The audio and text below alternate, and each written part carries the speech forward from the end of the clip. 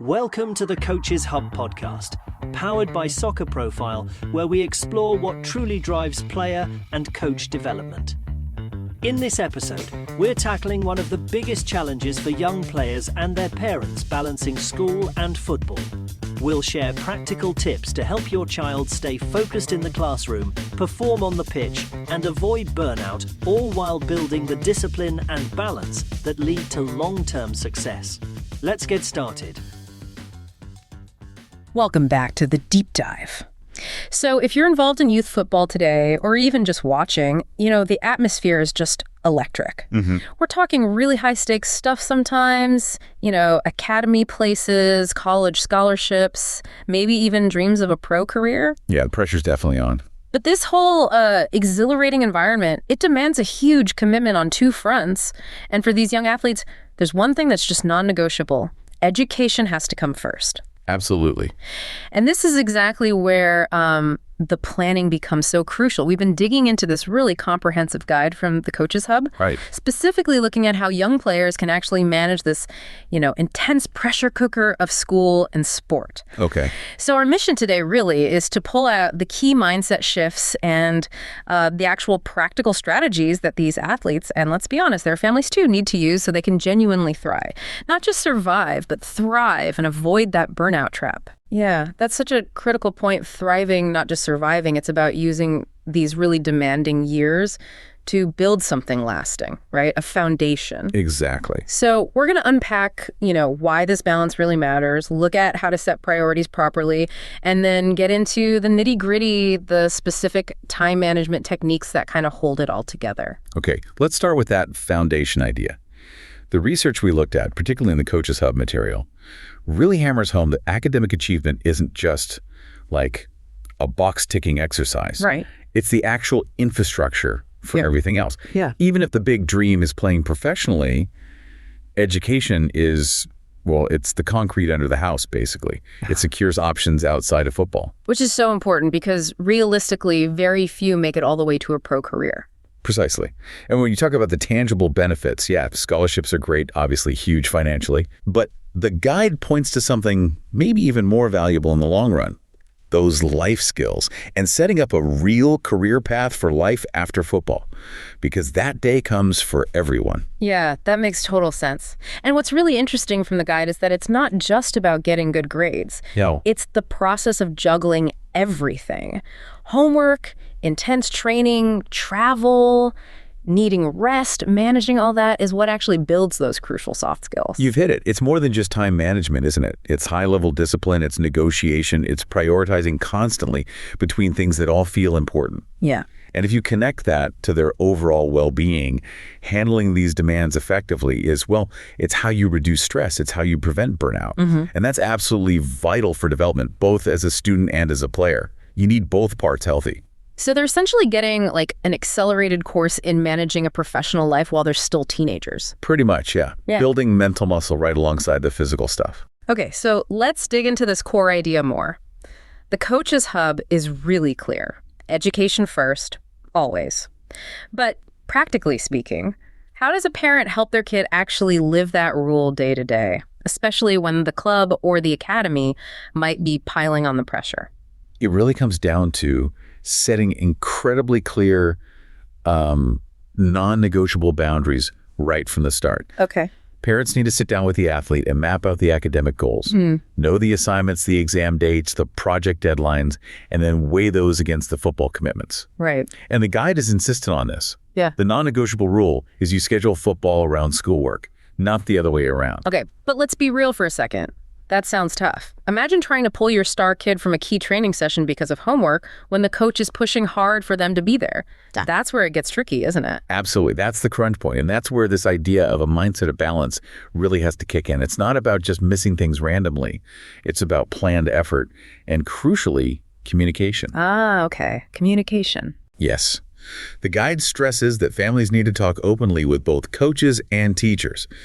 If there's a huge exam coming up, maybe that week, academics take precedence, and training might need adjusting. So it's give and take. Exactly. And conversely, the guide suggests using periods that are less intense academically, they'd be like half-term breaks or holidays, to ramp up the football intensity if needed. Makes sense. The whole goal is constant communication, building this shared understanding that success in both areas is possible, but it needs a clear, proactive plan. It shifts the focus from, I can't possibly do both, to, okay, how do we plan and talk our way through this successfully? Right, moving from feeling overwhelmed to feeling in control. So this brings us nicely from the philosophy to the how-to. The Reuters calls good time management the backbone of this whole balancing act. Really is. So what are the specific techniques the Coaches Hub recommends for creating a routine that works? One that's structured, but also, flexible enough for real life. Well, the first practical step is creating a really comprehensive weekly schedule.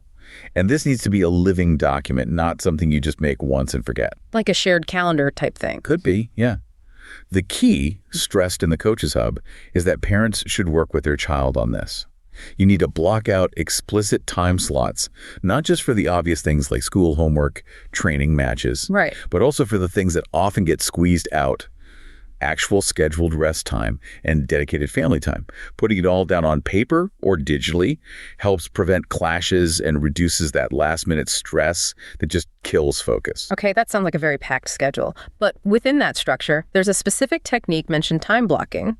That sounds like the real engine here. It is, absolutely. Think of time blocking as making a firm appointment with yourself for a specific task. You allocate a dedicated slot, let's say 6 p.m. to 7 p.m., and during that hour, homework is the only thing on the agenda. Total focus. Exactly. The guide uses that classic example. Maybe one solid hour purely for homework right after school. Then that's followed by, say, a 2-hour training session. This structure really helps tackle procrastination because the time is set, it's on the clock, and the athlete knows the reward of training comes after the study commitment. And crucially, because time isn't infinite, it forces you to prioritize. The guide mentions this: if there's a really important exam or a big paper due, that academic task has to win out over maybe a less critical training session. How do you make that call, though? Critical versus less critical? Yeah, that takes some judgment, obviously. It depends on the bigger picture, the overall goals. If missing one, let's say, routine training session means the difference between passing a vital course for college entry and failing it, well, the choice becomes clearer. A well-planned schedule means the family and the athlete are making that decision proactively ahead of time instead of just reacting in a panic. So what's the upshot of all this? When a young athlete gets good at this level of planning, they're learning an incredibly valuable adult skill, balancing multiple competing demands. That's useful no matter what career they end up in. Doctor, CEO, anything. That really is the long-term investment, isn't it? Okay, so they've got the schedule, they're blocking time, but what about optimizing that study time? Especially if they're physically tired from training. How does the Coaches Hub suggest they study smarter, not just harder, moving from the big schedule to the actual study environment? Yeah, this is important. It basically comes down to reducing what psychologists call cognitive load, making it easier to just start working. The recommendation is to set up a dedicated study space. Okay. Somewhere quiet, organized, and definitely away from the easy distractions like the TV or video games. Makes sense. And it's not just about being tidy for the sake of it. It's about reducing the mental effort needed to begin studying. If the space is already set up with everything they need, laptop charged, books ready, pens, paper, it just removes those little barriers to getting started. And the elephant in the room? The phone? Oh, absolutely essential to tackle that one. The research is really clear here. Limiting phone use or just aimless internet browsing, doing those dedicated study blocks is critical. Yeah. We know our brains aren't great at switching tasks quickly. For an athlete who might already be tired, this kind of focused work means they might actually get their homework done effectively in, say, 60 minutes instead of distracted 2 hours. And that immediately buys back valuable time for rest or recovery. Okay, shifting gears slightly now. This whole balancing act is, well, it's intense, physically and mentally. The guide seems very strong on the idea that parents need to put well-being first, maybe even above short-term performance. What does that look like? What's on the mental and physical health checklist? Well, for mental health, it really starts with open communication. Just checking in regularly, genuinely asking how they're feeling about the pressure, the stress level. Creating that safe space to talk. Exactly. Making sure the child knows it's okay to say, I'm feeling overwhelmed or I'm exhausted. Because the goal is sustainable effort over the long haul, not just short bursts followed by crashing. And that means building in regular breaks, real breaks, from both study and football. That downtime is what keeps the mind sharp and motivation going. And then on the physical side, the guide gets quite specific there, especially about recovery. Oh yeah, non-negotiable points here. Top of the list is adequate sleep. It's vital for everything academic performance, like memory and focus, and for physical recovery from training. How much sleep are we talking? The guide recommends aiming for a solid 8 to 10 hours per night. Now think about the reality of that. That's a lot for a busy teen athlete. It is. Imagine a family getting back from an away game at 11 p.m. on a school night. Prioritizing that sleep might mean adjusting the next morning's routine, maybe even if it slightly cuts into study time planned for then. That's real prioritization in action. And I guess fuel is just as important. Absolutely. Fueling the body properly with a balanced, nutritious diet isn't just for physical performance on the pitch. It directly supports mental focus in the classroom, too. Right. And finally, injury prevention. Seems obvious, but proper warm-ups, effective cool-downs, actually respecting rest days, these are crucial to make sure that injuries don't derail everything, both school and football. These preventative steps keep the whole system running. Okay, so moving beyond the sort of week-to-week management, the guide talks about goal setting, giving direction, keeping motivation up over the long term.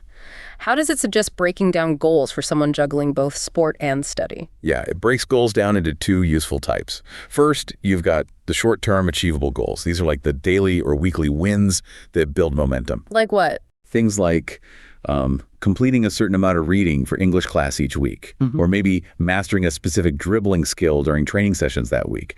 Small, concrete things they can tick off. They provide that immediate sense of progress. Okay, the quick wins, and then connecting those to the bigger picture. Exactly. That's the second type. Yeah. Long-term goals. The guide really encourages the athlete to think about and maybe even write down where they see themselves in a year or maybe 5 years down the line. Yeah. Academically and athletically. So it's not just wishful thinking. No, it's strategic. Yeah. It's about using that long-term vision to guide the daily and weekly effort. And crucially, the source talks about self-reflection being a continuous loop. Okay. Regularly looking back, maybe weekly or monthly, and assessing what went well, what didn't, what needs changing. Using that feedback to adjust the schedule, maybe even tweak the goals themselves. If a goal is consistently being missed, perhaps the plan needs adjusting, not just blaming the child for not meeting it.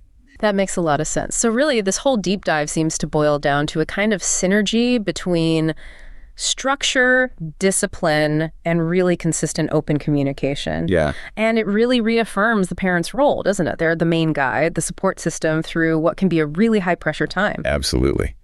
And maybe the most important final thought from the Coach's Hub Guide, the most human bit, is that success here in both school and sport is fundamentally a team effort. We absolutely have to keep reminding these young athletes that it is okay, actually, it's necessary to ask for help when they need it, whether that's from a parent, a coach, a teacher, a mentor. They don't have to and shouldn't have to carry all this weight alone. That's a really powerful way to frame it, a team effort. Okay, so as you, our listener, go about your own demanding week, here's a final thought to chew on, inspired by the guide's approach to youth sports pressure. How do you define success for a young athlete, knowing that this expert blueprint clearly states academic mastery must always come before performance on the pitch, even when all the competitive noise is shouting otherwise? Something to think about. Thanks for joining us on this deep dive. That's a wrap for this episode of the Coach's Hub podcast, powered by Soccer Profile. Balancing school and football isn't easy, but with the right structure, support, and mindset, young players can thrive both in the classroom and on the pitch.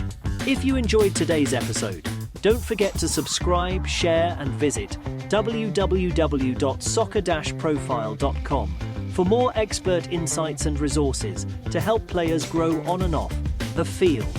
Thanks for tuning in, and remember, education shapes the person, football develops the player, and together they build the future.